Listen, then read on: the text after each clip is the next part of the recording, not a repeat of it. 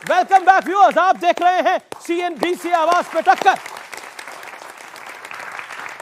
राहुल गांधी ने कहा कि 1980 के दशक में जो दलितों के साथ होता था आज वो हिंदुस्तान में मुसलमानों के साथ, क्रिश्चियंस के साथ, सिखों के साथ और सारी माइनॉरिटीज के साथ हो रहा है। आप जो कह रहे हैं कि जातिवाद हिंदुस्तान में है या नहीं है, 58 साल तो आप ही रहे हो संसद में, आपने उस जातिवाद को खत्म करने के लिए किया। एक सेकंड, आप क्या कह रहे हैं? मिसकोट कर रहे हैं। क्यों कर रहे हैं? उन्होंने जो भय की बात करी उस चीज को उन्होंने कोट करा। और पहली बात राहुल गांधी साहब तो वो ये कह रहे हैं कि आज हर एक युवा के अंदर भी ये भय है कि आने वाला उसका मुस्तकबिल क्या होगा। किसानों के अंदर भी भय है। आप में भय है? आप भी युवा हैं, भय है आप में? आप युवा हैं, भय है? नहीं, मैं भय बताइए ना, ये सवाल है मेरा। आप युवा हैं, भय है आप में? सुनिए, भारत का मुसलमान और मैं मुसलमान हूं, अपने भारतीय होने पे बेइंतहा यकीन करता हूं और मैं बाबा साहब भीमराव अंबेडकर के बनाए हुए संविधान पे यकीन मैंने करता सवाल हूं। पूछा सर, आप में भय है? सुनिए, लफ्ज़े मुसलमान से जिनको तकलीफ है आज वो भावनाओं में ज्यादा बह गए और अपने आप को सेकुलर साबित करने की कोशिश करने लगे। वीर अब्दुल हमीद पे पहुंचे, उसके बाद ब्रिगेडियर उस्मान पे पहुंचे और एक भी मुसलमान को टिकट नहीं दिया जाता। एक भी मुसलमान को टिकट नहीं दिया जाता। लफ्ज़े मुसलमान से और पासवान का कार्ड खेलेंगे जाकर के,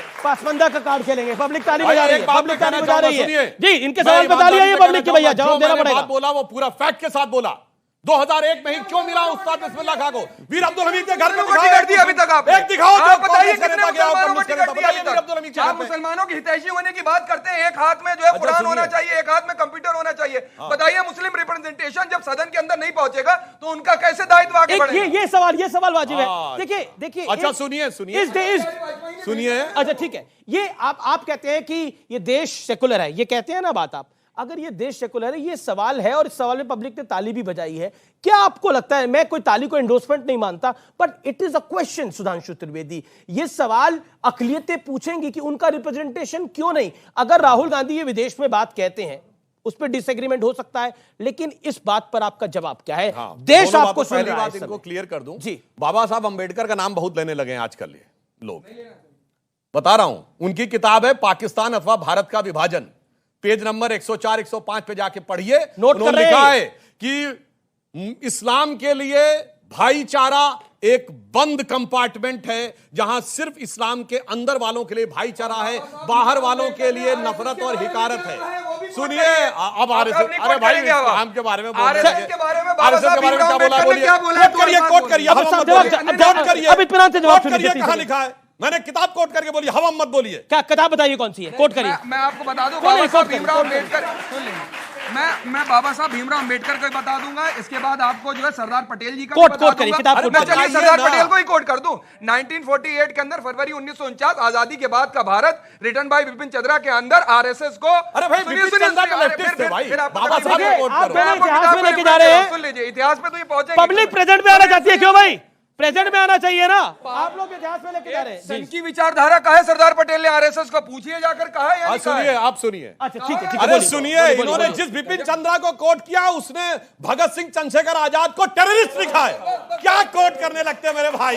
क्या मेरा निवेदन है, ये लेफ्टिस्ट इतिहास पर हम ज्यादा यकीन ना करें। एक सेकंड, अरे कोई नहीं, लेफ्टिस्ट इतिहास पर बिलीव ना करें। अच्छा एक सेकंड।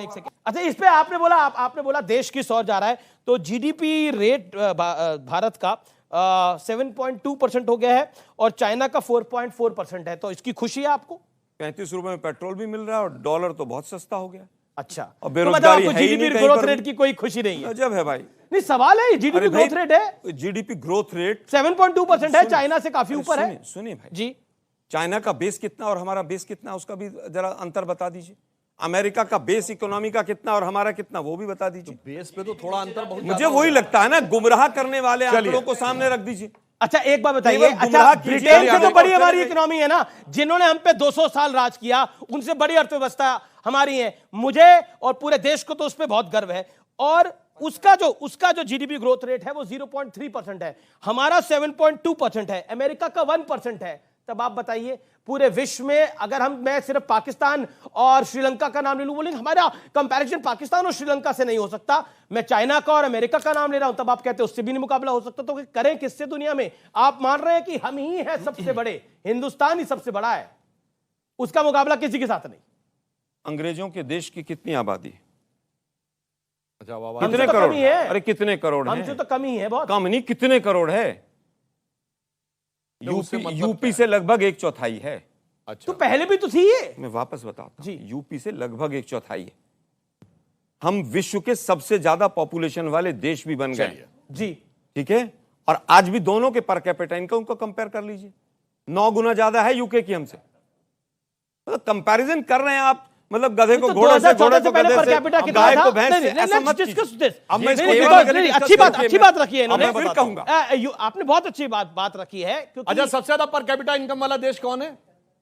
मेरे हिसाब से सिंगापुर है अभी। हाँ, तो फिर सिंगापुर सबसे बड़ी आर्थिक ताकत है। नहीं, मैं नहीं कह रहा ताकत। तो फिर अब मैं बताता हूं जो इन्होंने कहा। मैं वही कह रहा हूं, 9 गुना है तो मैं ये भी जवाब देता हूं। सुनिए, अरे भाई, आप गोवा की तुलना यूपी से कर सकते हैं। अरे भाई, अब जवाब दे लेने दीजिए ना। कैसे इन्होंने करेंगे कहा- आप? ना यूके गोवा है, आप भी मान रहे हैं। मेरा यूनाइटेड मानना है, किंगडम बड़ा देश है। जोग्राफिकली, मैं दोनों बातों का जवाब देता हूं। डेमोग्राफिकली, देखिए, इनकी बात सही है कि हर देश का उसी तुलना होनी चाहिए। इंग्लैंड में पिछले 40 वर्षों की सबसे भयानक मंदी है। अब तो अपने ही से तुलना है ना।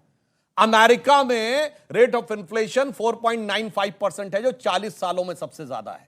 अमेरिका में जाके चेक करिए, 21 नवंबर 2021 व्हाइट हाउस की प्रेस रिलीज, अमेरिका ने अपने स्ट्रेटेजिक ऑयल रिजर्व खोले, क्योंकि महंगाई बढ़ रही थी, उसको नियंत्रण करने के लिए।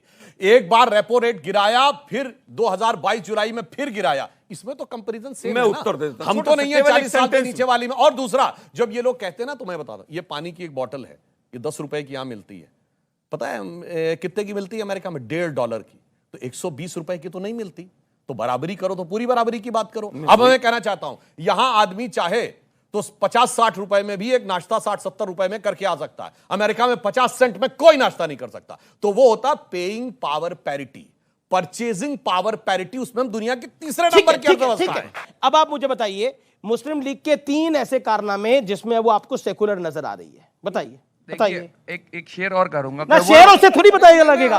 ना ना ना ना ना, अब वो आप एक पढ़ेंगे, वो 2 पढ़ेंगे। राहुल गांधी पे चर्चा हो रही ना, तो राहुल गांधी पे शेर आपका, सुनिए, राहुल गांधी पे शेर आपका। राहुल गांधी असल में हो गए तवे का सुराख, हमारे यहाँ कहलाते हैं। उन्होंने नफरत के तवे के अंदर वो कर दिया सुराख, और उसपे अब नफरत की रोटी ज्यादा दिन टिक नहीं पाएगी।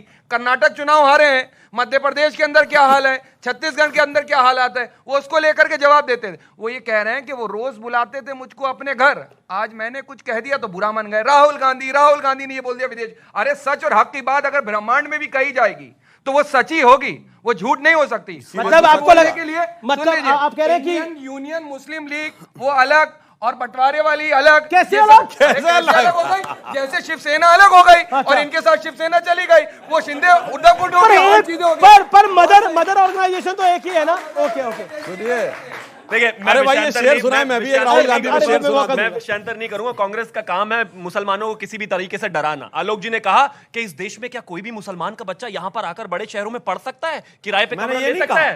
मेरे बराबर में बैठे मेरे भाई नोएडा में रहते हैं, अच्छा फ्लैट लेके, आज तक इनको कुछ कहा गया क्या?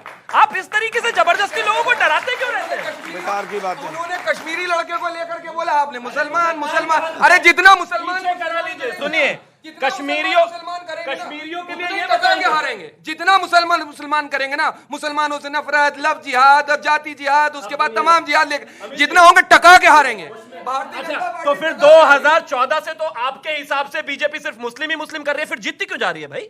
आप भी तो कहते हैं कि मुसलमान। सुनिए, भाजपा जो कर रही है ना, कर्नाटक में आपको जवाब मिला था, छत्तीसगढ़ में भी आपको जवाब मिला, मध्य प्रदेश में जवाब मिला, उसके बाद अभी आपको बंगाल के अंदर भी जवाब मिला, और 2024 में टका के आपको जो है 2024 में जवाब।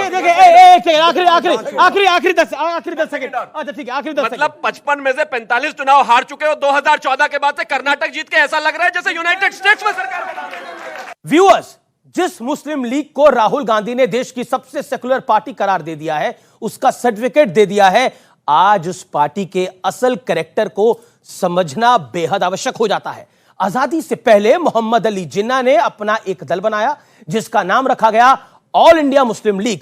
पाकिस्तान की मांग के लिए इसी मुस्लिम लीग ने 16 अगस्त 1946 को डायरेक्ट एक्शन डे का ऐलान कर दिया, जिसके बाद भीषण सांप्रदायिक दंगे छिड़ गए थे। कलकत्ता, उस दौर का कलकत्ता में 72 घंटों के अंदर 6000 से ज्यादा अधिक लोग मारे गए थे, 20,000 से अधिक लोग घायल हो गए थे, 1 लाख से अधिक लोगों को बेघर कर दिया गया था। इसे ग्रेट कलकत्ता किलिंग भी कहा जाता है। इसे आप सर्च कर सकते हैं कहीं भी। देश का बंटवारा हुआ All India Muslim League Pakistan Muslim League बन गई और माना जाता है जो लोग भारत में रह गए उन्होंने इंडियन यूनियन मुस्लिम लीग यानी IUML बना ली, जिसका गुणगान राहुल गांधी कर रहे हैं। यह भी माना जाता है कि पंडित जवाहरलाल नेहरू मुस्लिम लीग के खिलाफ थे, यानी राहुल जी के पड़नाना।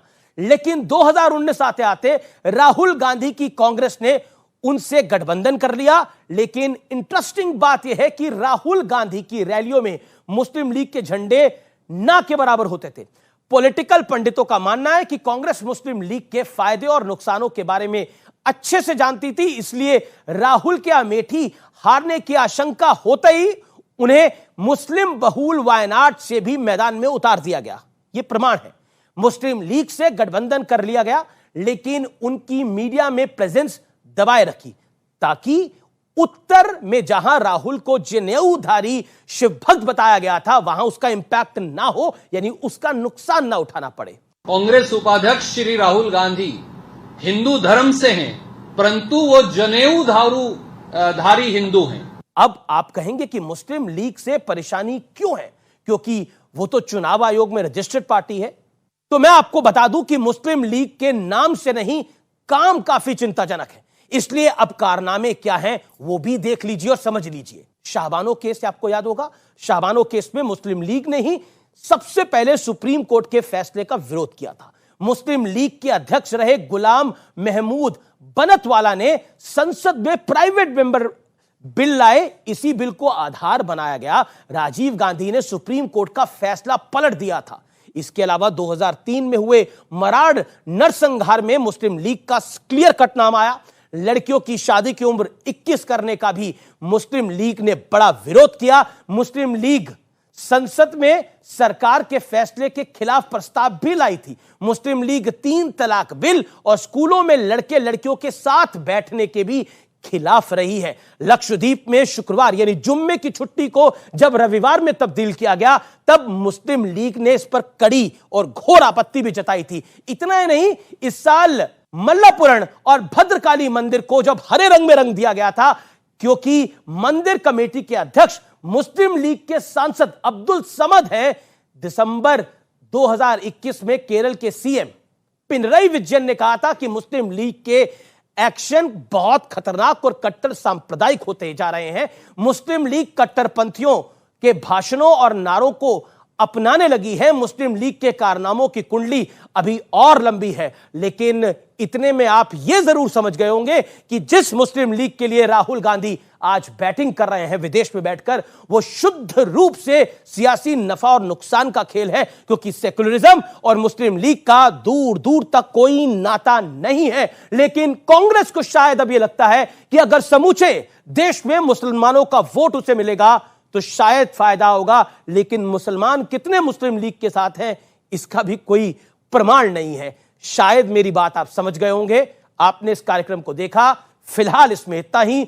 शुभ रात्रि, नमस्कार, जय हिंद।